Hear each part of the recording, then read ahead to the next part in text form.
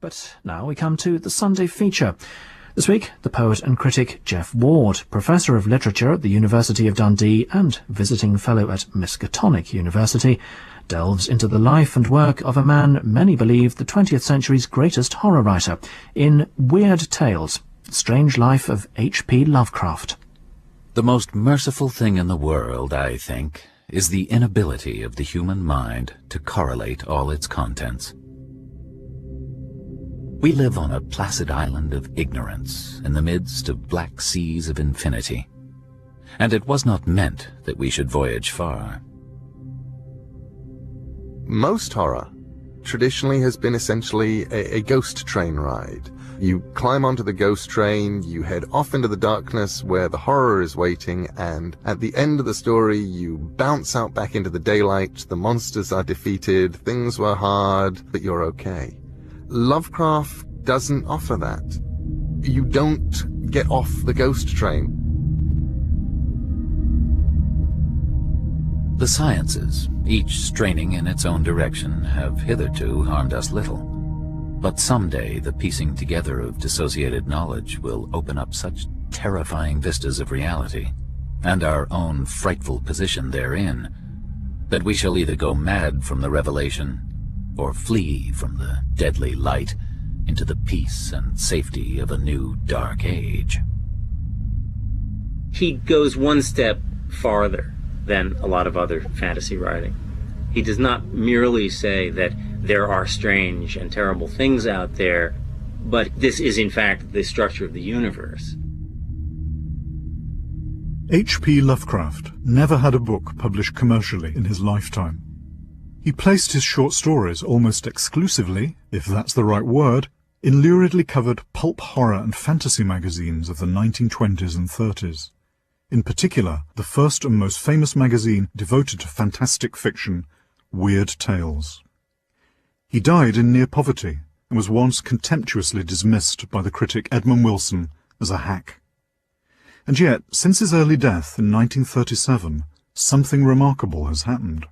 Slowly but surely, the posthumous collections became bestsellers, championed by the likes of Stephen King, who has hailed him as the most important exponent of weird fiction since Edgar Allan Poe. Lovecraft has been reprinted by Penguin Classics, and recently received the supreme accolade, publication by the prestigious Library of America, where the volume called Tales stands alongside such giants of high American literature as Hawthorne, Melville, and Henry James. And, of course, Poe. Like many readers, I first encountered Lovecraft in early adolescence. His Tales of the Dark Side wreaked a highly satisfying revenge on a grown-up world that looked by turns boring and frightening, and his emphasis on mysterious secret lore and forbidden knowledge gave his work a kind of underground cachet. Returning to his work after many years, I thought I might find only a maker of boys' toys, essentially an old adolescent writing for adolescents. Yet something about his obsessive vision stayed with me. And the tales, to my surprise, were well written, in a style which, though it has had many followers and parodists, remains Lovecraft's alone. As a stylist, he is remarkably easy and remarkably pleasant, I have to say, to parody. The British fantasy writer Neil Gaiman is among many contemporary writers inspired by Lovecraft and his language.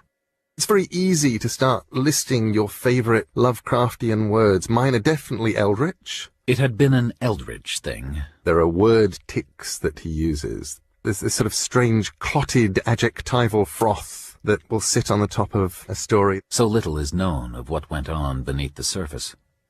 So little, yet such a ghastly festering as it bubbles up putrescently in occasional ghoulish glimpses. Gibbous. Things keep happening under gibbous moons. Gibbous actually just means the moon is nearly full. Batrachian. There's a good Lovecraftian word for you, and it actually means frog-like. And inside that rusted iron straitjacket lurked gibbering hideousness, perversion, and diabolism. Here, truly, was the apotheosis of the unnameable. My favorite thing about Lovecraft is the lengths that he goes to explain to you that he cannot tell you how bad something is. Kelly Link is one of the most important new writers in American fiction. Her work crosses boundaries between science fiction, horror, and mainstream. The fact that he brings you up to the threshold or the brink and then stops is infinitely scarier than horror that sort of shows you everything. You know you're in a Lovecraft story within a sentence. He parodies terribly easily, but I think you can only parody really easily if you are a genuine stylist and if you are unique. Howard Phillips Lovecraft was born in 1890 in Providence, Rhode Island, where the architecture of the colonial period was matched by his family's Anglophile nostalgia for pre-revolutionary America. From the beginning, horrors in his home life helped shape his shadowy vocation. The Lovecraft editor and biographer, S.T. Joshi. We don't know a great deal about his father. It appears he grew up in the area of Rochester, New York. Eventually he became what is called a commercial traveler. At some point he was in Chicago on a business trip and apparently basically went insane, had a nervous breakdown, was brought back and spent the rest of his life up till the summer of 1898 in Butler Hospital, which is a mental hospital in Providence. We now know or suspect that he had syphilis. Must have been a very traumatic experience for Lovecraft. Did Lovecraft ever visit his father when he was hospitalized? Lovecraft himself claimed that he never did so. In fact, Lovecraft apparently believed that his father was paralyzed or otherwise incapacitated, and I believe that his family told him this as an excuse not to visit him in the hospital. So, with the death of the father, the grandfather becomes a crucial figure. What kind of impact did he have on Lovecraft's early life? Grandfather Whipple Van Buren Phillips was a very successful businessman in Providence. He made and lost several fortunes, but he also took considerable interest in his grandson. He told him oral, weird tales. It was probably a combination of Grandfather Whipple's tales and his grandmother's death which brought forth the first monsters in the infant Lovecraft's imagination. I began to have nightmares of the most hideous description, peopled with things which I called night gaunts, a compound word of my own coinage. In dreams they were wont to whirl me through space at a sickening rate of speed, the while fretting and impelling me with their detestable tridents. It is fully 15 years, aye more, since I have seen a night gaunt. But even now, when half asleep and drifting vaguely along over a sea of childhood thoughts, I feel a thrill of fear, and instinctively struggle to keep awake. That was my own prayer back in '96, to keep awake and ward off the night gaunts. The night gaunts may have spooked Lovecraft, but they also prefigured his habit in later life of drawing on the content of his most vivid dreams for transmutation into weird tales, like a pulp Coleridge or Thomas de Quincey. His imagination was also fired by the books that abounded in the rambling first house in Angel Street, shared with his grandfather and his mother. These included at least one first edition of Cotton Mather, a figure from the dark American past of witch trials and demonic possession. Of more interest to the infant author, who began writing in verse at the age of 6, were the 18th century translations of Homer and Ovid.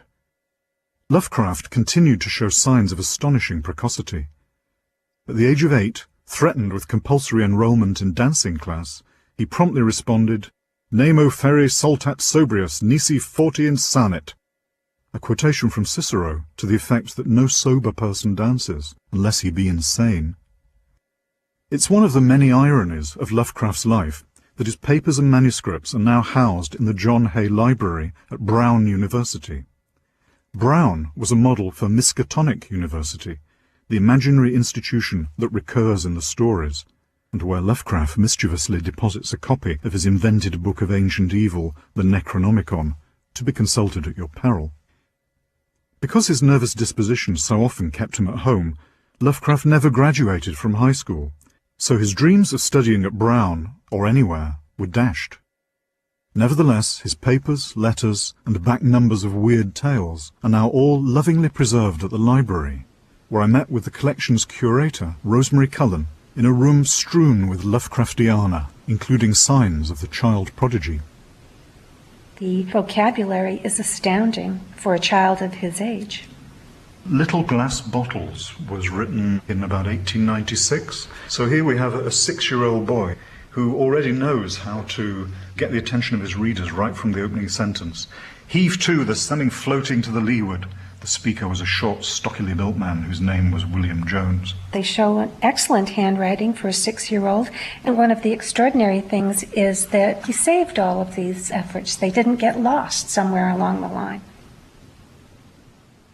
When Lovecraft's beloved grandfather Whipple died, his death hastened by the failure of his business, the family slid into genteel poverty.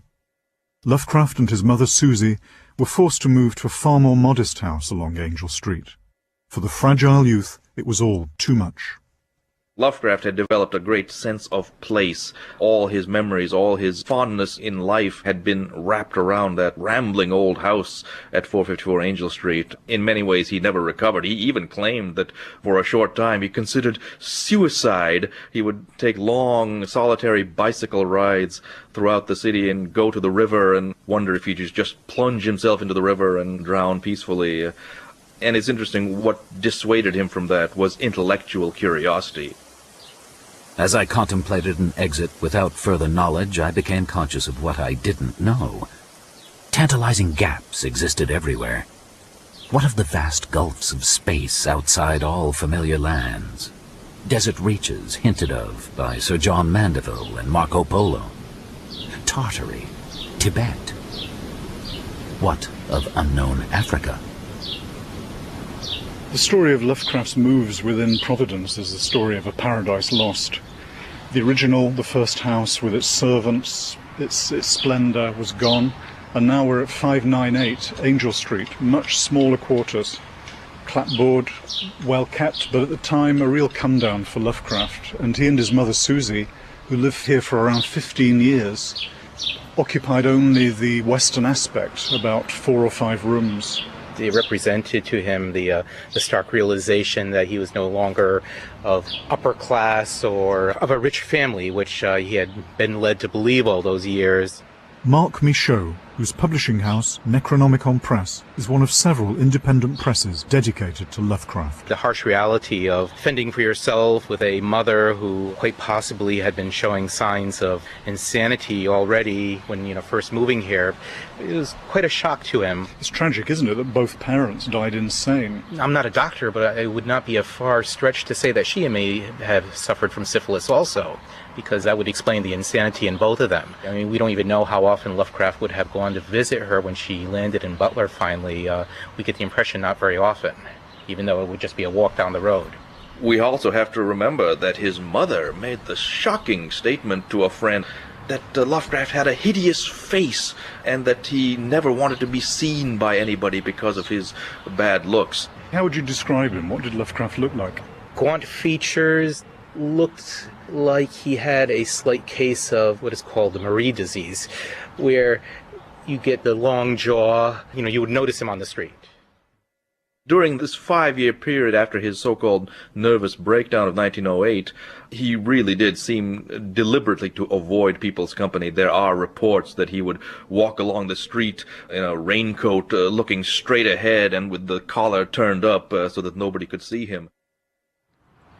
We're now outside a most curious brick and sandstone building, late Victorian, with a splendid dome, the Ladd Observatory. Yes, Lovecraft had the privilege of being able to come here on a regular basis, was allowed to actually use the telescope here when he would have been probably about 15 or 16 years old. It's clear that as an adolescent, Lovecraft was enraptured by the stars, but eventually there must have been some of that astral coldness got into his soul. It certainly gets into his writing. The more he studied astronomy as life went on, he realized and often said how we were but little specks in the universe. That really showed in his stories how unimportant the human being was in the vast picture of things. This sense of cosmic insignificance, this inverted awe, is central to the workings of the classic Lovecraft story. Lovecraft was able to escape loneliness by means of a remarkable institution of the period, the amateur journalism movement. I think the world of amateur journalism, in which he very quickly became a power, helped save his life. the leading American horror writer Peter Straub. In those days, the early part of the 20th century, from the teens probably through the 30s, men and women in their homes made magazines. They published their editorials and their essays themselves, and they took it as a serious matter. We don't have amateur journalism anymore, I guess, unless you count blogs. H.P. Lovecraft finally found a place where he was accepted, and not only accepted but admired, because he was made president of his Amateur Press Association within 2 years of his joining it. People valued him. It must have been immensely confirming. Lovecraft's productivity as an amateur journalist was astonishing. It put him at the hub of a network of outsiders with whom he communicated, usually by post, and at length. After his mother's nervous breakdown and her eventual death from a botched gallbladder operation, such networks provided a lifeline and a legitimation for the formerly reclusive Lovecraft. In his mid-30s, the confirmed bachelor astonished everyone by getting married to another amateur journalist, Sonia Haft-Green, a widowed Russian Jew 7 years his senior. He moved to her apartment in Brooklyn, where, as manager of a successful hat shop on Fifth Avenue, she was able to pay the bills while he eked out a bare living selling stories to the pulps and ghostwriting for clients who included the escapologist Harry Houdini. Ever in search of what he called adventures in antiquity, Lovecraft was married in St. Paul's Chapel in Lower Manhattan. In so doing, he had chosen the oldest extant colonial building to remain in New York City. In the chapel, whose graveyard now leads directly and poignantly down to Ground Zero, I met the critic and horror writer Peter Cannon. His letters from this period are filled with descriptions of tours of Manhattan and Brooklyn and cities in New Jersey and out in Long Island that had remains of the 18th century. America, much as it is a new country, there were still in New York City a few survivals of that older time that he looked back to with such nostalgia and fondness. And St. Paul's Chapel, which I believe was built in the late 18th century, George Washington worshipped there, was just such a vestige of this old aristocratic English way of life that he so admired and tried to emulate in his own life as a gentleman. And so the chapel may have been one of the few positive ways in which he could have a good New York. He could connect with the city. Even though he was a materialist, he believed very much in tradition, and getting married in the Episcopal Church suited him. Right after they were married, they went off on their honeymoon to Philadelphia and spent most of the honeymoon trying to resurrect a manuscript of a story that Lovecraft had lost in the train station. And as his wife Sonia said, during the honeymoon, with all that work on the manuscript, they had very little time to honeymoon. Lovecraft's foreshortened honeymoon did not augur well for his marriage. But this had hardly been a courtship along the usual lines. Sonia would later state, loyally, that Howard had been an adequately excellent lover, but she was invariably the one to initiate sexual contact. After their first kiss, he actually blushed, and admitted that this was his first kiss since childhood. And in a memoir written years later, Sonia wrote that he was never able to say the word love to her. When Sonia left her job to start her own business, Lovecraft's childhood experience of a fall from gentility to poverty seemed doomed to repeat itself. Lovecraft sought relief from the pressures of both marriage and job-seeking with the writers, all male, who became known as the Calum Club, named after their initials. He would sometimes spend all night leading them in nocturnal rambles, hunting out the increasingly rare antique buildings and hidden courtyards of modern New York. This is the Dutch Reformed Church in Flatbush in Brooklyn. It's only a few blocks from where his future wife... The Lovecraft scholar and publisher, Derek Hussey. And in 1922, Lovecraft came to this church with his friend Reinhard Kleiner. And exploring in this old graveyard in back, Lovecraft was moved to chip away a piece of a tombstone here. And a week later he wrote to his Aunt Lillian, "From one of the crumbling gravestones, dated 1747, I chipped away a small piece to carry away.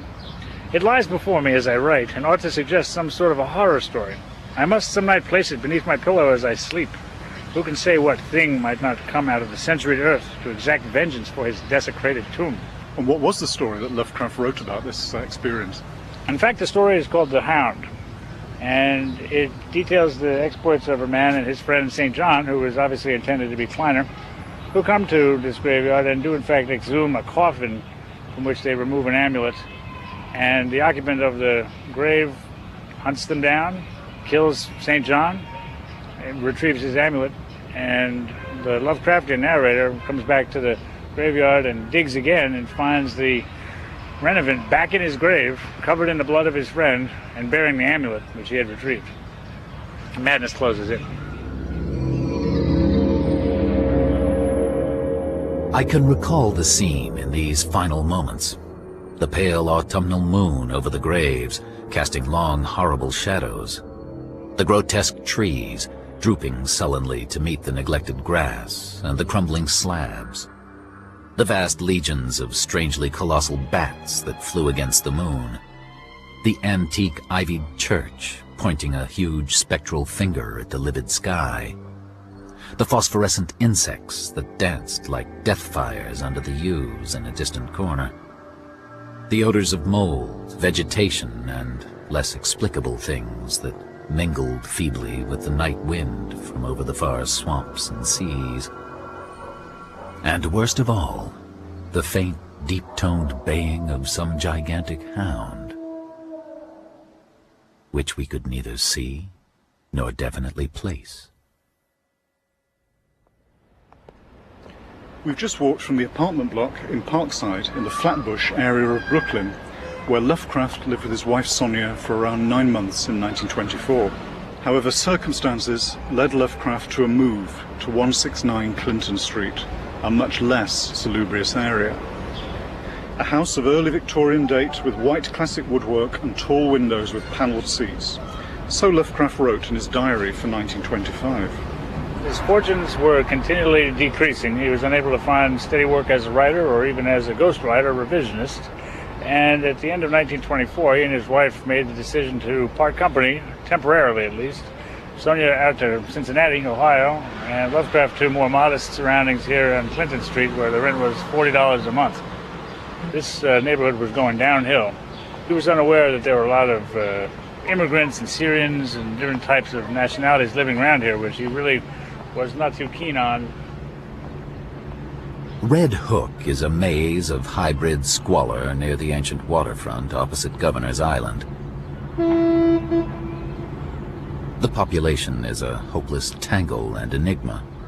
Syrian, Spanish, Italian, and Negro elements impinging on one another, and fragments of Scandinavian and American belts lying not far distant.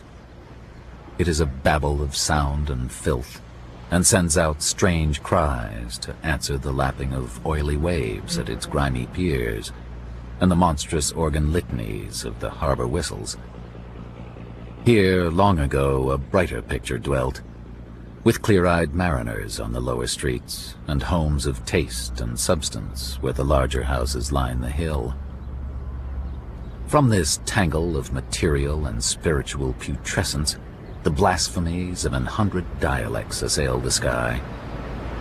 In the story, there's a lot of emphasis on underground wharves, on secret ways of getting into the country. And so the divisions between land and water are somehow blurred or cosmically messed up. All kinds of horrible creatures seem to be making their way in. Yes, I think you could almost view it as a sort of a reverse Ellis Island, where Ellis Island is often seen as a shining beacon. Come one, come all, you're tired, you're huddled masses.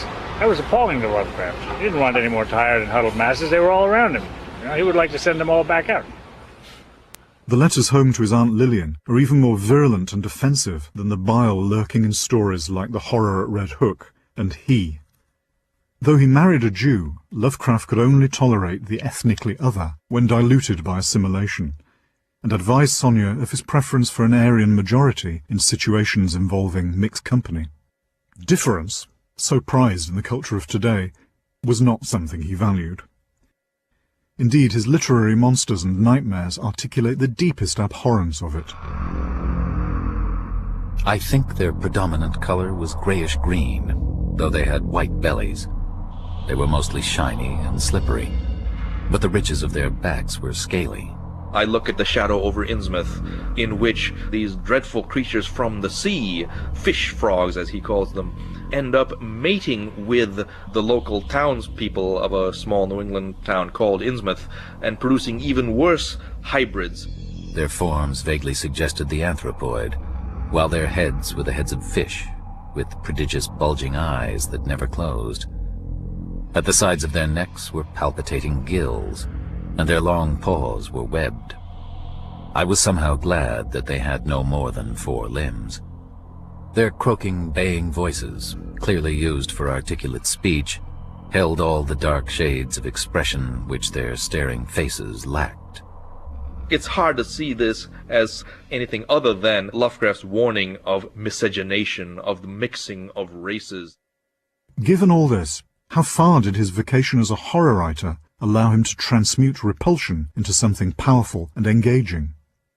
When you look at the things underneath the typical Lovecraft story, they're actually pretty disturbing. Kelly Link. There's a lot of negative feeling towards foreigners, strangers, with a lot of horror. When you look at the stuff underneath it, it's actually quite unpleasant, and it stems from a lot of different kinds of prejudice, and that's useful stuff to mine for horror, but I think some of the reasons why horror is appealing to people are not particularly settling reasons when you think about them. Even horror today, when I write stuff which sticks closer to traditional horror, if I look at the stuff underneath it, it's not terribly pleasant. The marriage to Sonia inevitably ended. Lovecraft was desperate to get back to Providence, or at least to its atmosphere and architecture, not its population. As a letter to Aunt Lillian begging her to let him come home gives evidence, Lovecraft's alienated imagination worked like a neutron bomb, saving buildings but removing people. It may be taken as axiomatic that the people of a place matter absolutely nothing to me, except as components of a general landscape and scenery. My life lies not among people, but among scenes. My local affections are not personal, but topographical and architectural. I am always an outsider, but outsiders have their sentimental preferences for visual environment. I will be dogmatic only to the extent of saying that it is New England I must have, in some form or other. Providence is part of me. I am Providence. The key tales that go to make up what would in time be known by devotees and younger writers as the Cthulhu mythos were written following his return to Providence in the summer of 1926. Living with his aunts, first Lillian, then later Annie, Lovecraft was in the most creative period of his life. So now we've reached the holy grail of Lovecraft's career in the pulps. This is an issue of Weird Tales, subtitled The Unique Magazine, February 1928, and it contains the first printing of one of his most famous stories, The Call of Cthulhu. But that's not the story which is illustrated on the cover. That's true. Unfortunately, none of Lovecraft's contributions to Weird Tales included a cover illustration of his work. His name does appear at the bottom, saying that a Lovecraft contribution is there, but for some reason he never made it onto the cover. It's very symptomatic that that story was rejected when it was first submitted to Weird Tales. I think the editor, Farnsworth Rice, simply couldn't understand it. It was too advanced, too unusual, and so Lovecraft, about a year later, had to resubmit the story and accompanied it with a letter, one of the most fascinating letters he ever wrote, explaining what he was trying to do, emphasizing the fact that this story really incorporates his cosmic philosophy more concentratedly than anything he had done before. So what's really new about this story? Well, let us remember that Lovecraft was an atheist.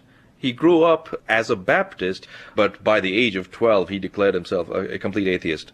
And so now, how does an atheist write stories about gods from outer space? Well, it becomes clear that these are not really gods. They are simply extraterrestrials who have come from the depths of space and by a series of accidents wound up in the human sphere. And they are regarded as gods and worshipped as gods by the human beings who hope to benefit from their eventual takeover of the earth. But quite frankly, these entities have as little concern with human beings as we would for a colony of ants. And so this cosmic vision is something really new to literature. Turning the pages, there is an illustration at the head of the story, The Call of Cthulhu, and a little quote, "The ring of worshippers moved in endless bacchanal between the ring of bodies and the ring of fire," and lots of naked bodies undulating in a suggestive but rather badly drawn way. The story, The Call of Cthulhu, has an extraordinary sweep all around the world. Poets and artists are dreaming this strange image of Cthulhu. It rises up in the collective unconscious. And one of the hotspots where it breaks out is in the mind of Wilcox, a decadent Providence artist. Also, the narrator of The Call of Cthulhu is going through the papers of his grand uncle, George Gamel Angel, and he finds in a mysterious locked box a bas-relief, a rough rectangle less than an inch thick and about 5 by 6 inches in area, obviously of modern origin. Its designs, however, were far from modern in atmosphere and suggestion. Above these apparent hieroglyphics was a figure of evidently pictorial intent, though its impressionistic execution forbade a very clear idea of its nature. It seemed to be a sort of monster, or symbol representing a monster, of a form which only a diseased fancy could conceive. If I say that my somewhat extravagant imagination yielded simultaneous pictures of an octopus, a dragon, and a human caricature, I shall not be unfaithful to the spirit of the thing. A pulpy, tentacled head surmounted a grotesque and scaly body with rudimentary wings. But it was the general outline of the whole which made it most shockingly frightful. Here at the John Hay Library we have a doodle, let's say, of Cthulhu drawn by Lovecraft and sent to his friend Robert Barlow. And here you see the nasty tentacles, the nasty scaly body, and the rudimentary nasty wings. It's in profile, and it's clearly a representation of the text that has just been read to us. Up until the teens and the 20s, there is a certain sort of stock of essentially folkloric figures from which horror draws. And you have the vampire, and you have the werewolf, and you have the goblin, and you have the ghost. The British fantasy writer and editor of Lovecraft's At the Mountains of Madness, China Mieville. There's certain relatively stock figures. But with the First World War, everything changes. And these stock figures are simply no longer up to the job, because the whole point is everything is bleak and new. And you see in the monsters he creates things that have absolutely no cognates with what's gone before. In many cases, they're described as indescribable. Corpses and flies and octopuses. There's an explosion of tentacles in Lovecraft. Lovecraft is the high priest of the tentacle.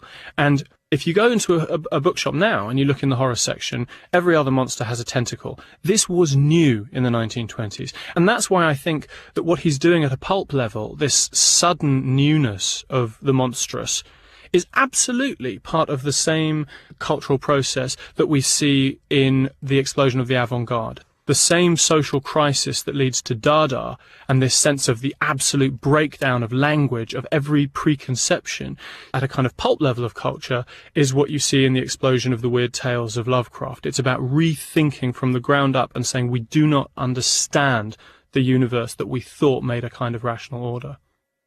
Lovecraft began to make confident use of real places as an anchor to his own fantastic fiction. He became adept at plumbing the colonial era, its history and architecture, to help make the unreal real to his readers. His engagement with Edgar Allan Poe also deepens at this stage. In The Shunned House, a story written in New York but set in Providence, a stroll along Benefit Street, known as the finest mile of colonial architecture in the United States, allowed Lovecraft to engage with his greatest predecessor. Poe generally stopped at the Mansion House in Benefit Street, and his favorite walk led northward along the same street to Mrs. Whitman's home and the neighboring hillside church of St. John's, whose hidden expanse of 18th century gravestones had to him a peculiar fascination. Now the irony is this. In this walk, so many times repeated, the world's master of the terrible and the bizarre was obliged to pass a particular house on the eastern side of the street, a dingy, antiquated structure, perched on an abruptly rising side hill, with a great unkempt yard dating from a time when the region was open country. It does not appear that he ever wrote or spoke of it, nor is there any evidence that he even noticed it.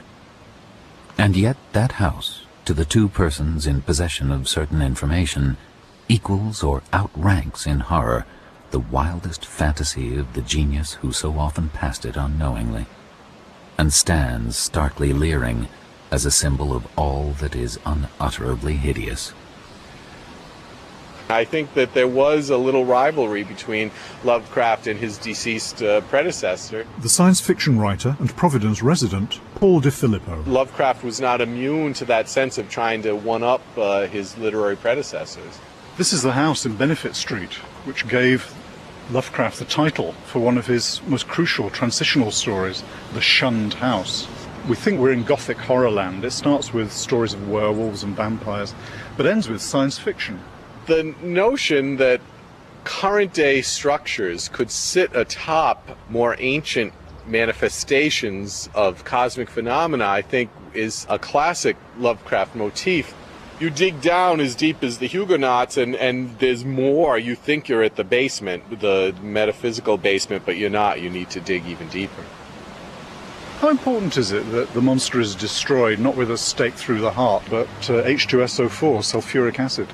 Typical of the time, I think, is that writers had a sense that the old stake through the heart was no longer sufficient, that there had to be new methods. It turns out that the narrator in the Shunned House has really literally only scratched the surface. He sees a weird shape in the cellar, which, when he finally uncovers it, turns out to be the elbow of a really enormous monster.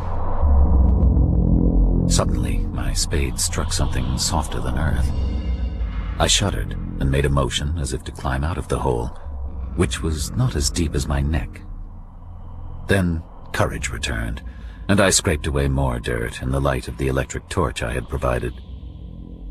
The surface I uncovered was fishy and glassy, a kind of semi-putrid congealed jelly with suggestions of translucency. Still more I scraped, and then abruptly I leaped out of the hole and away from the filthy thing, frantically unstopping and tilting the heavy carboys and precipitating their corrosive contents one after another down that charnel gulf and upon the unthinkable abnormality whose titan elbow I had seen.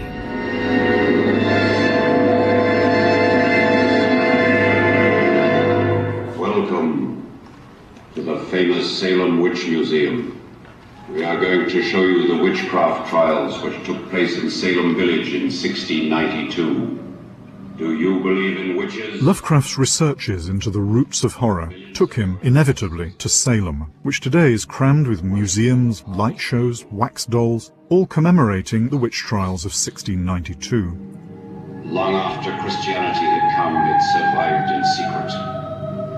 On the witches' Sabbath, the covens of 13 would gather round their magic 9-foot circle, and the ancient ritual invoking the evil one would begin. In Lovecraft's stories, Salem is often transformed into its fictional analogue, Arkham, a pulsing nexus of sorcery and superstition. An enthusiast for the culture of wit associated with the 18th century, Lovecraft viewed the Puritan obsession with sin as coming from a benighted age. As a native of Rhode Island, which had been founded in repudiation of the repressions exhibited by the Puritans of neighbouring Massachusetts, Lovecraft speaks to an abiding, horrified fascination with the hysteria that broke out in 1692. At the Witch House in Salem, a period building used during the trials and the inspiration for Lovecraft's tale Dreams in the Witch House, I met Bob Martin, a Lovecraft scholar who has devotedly mapped out the real and the imaginary places of Lovecraft's New England. The protagonist of Dreams in the Witch House, Gilman, is pictured as stuck in the attic right at the top of the house, a place of crazy angles. He's in the garret. He's right under the roof. There are no straight walls beside him except for the gable end.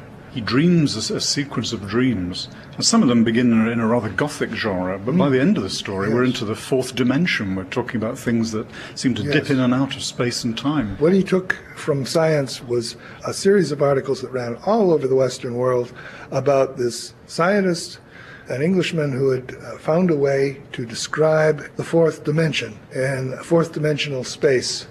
And he said, well, it looked like balls of popcorn.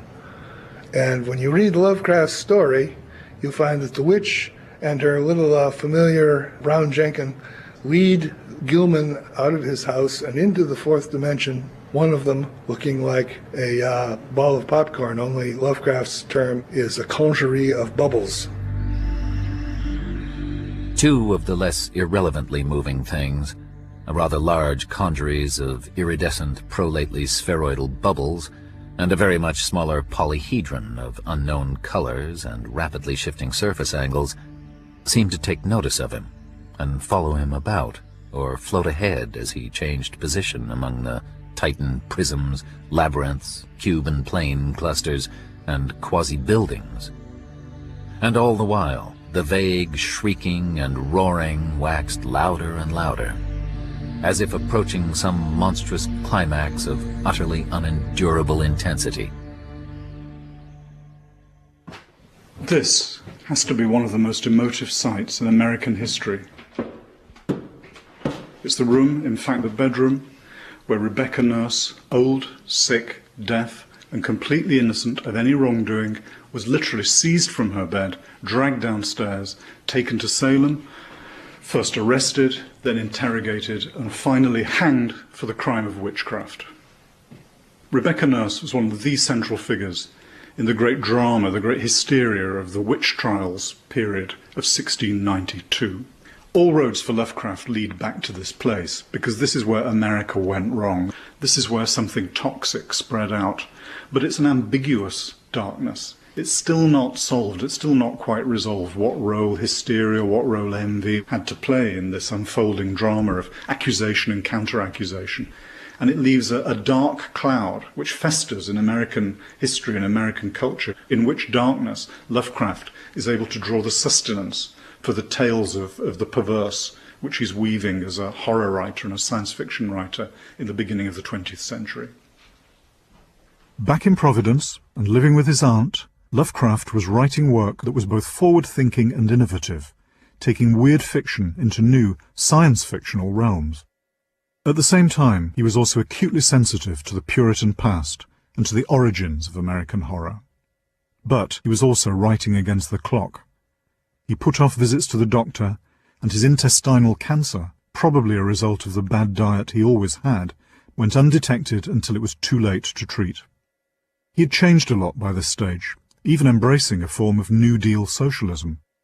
He came to favour the redistribution of wealth, though one based on the benevolent dictatorship of an intelligentsia. But there was precious little wealth to be distributed in his own direction. Lovecraft regarded his poverty as a kind of a game, at least that's what he says. It was almost as if it was like a contest to see how little he could spend on food and still manage to get by. I have to believe that part of the reason why he didn't go to a hospital till the very, very end was that he simply couldn't afford to do so. He had no medical insurance, and they simply didn't have the funds for a long hospital stay. It is not clear what would have happened to him had he lived. They had simply run out of money. With a melancholy timeliness, his cancer killed him in 1937, just at the moment that his dwindling funds were themselves about to expire. It was his readers, many of them fellow writers and disciples, such as the founder of Arkham House Press, August Derleth, who kept the cult alive and Lovecraft in print. The strange world of his tales would extend a hospitable welcome to younger writers such as Robert Bloch, author of Psycho, and science fiction luminaries like Ray Bradbury. After posthumously selling millions of books, Lovecraft now has the accolade of being properly edited as a modern classic. There is some poignancy in the fact that someone from the demoniacal pulps should be canonized after his death. He was one of the greatest writers to emerge from the pulp magazines. In crime fiction, of course, there was Hammett and Chandler.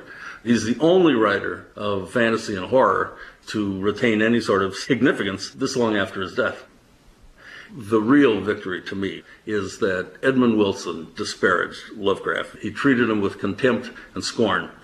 Lovecraft also proposed over and over again toward the end of his life that the United States publish uniform editions of its most significant writers, printed on Bible paper with sturdy bindings with satin strips. In other words, he foresaw the Library of America.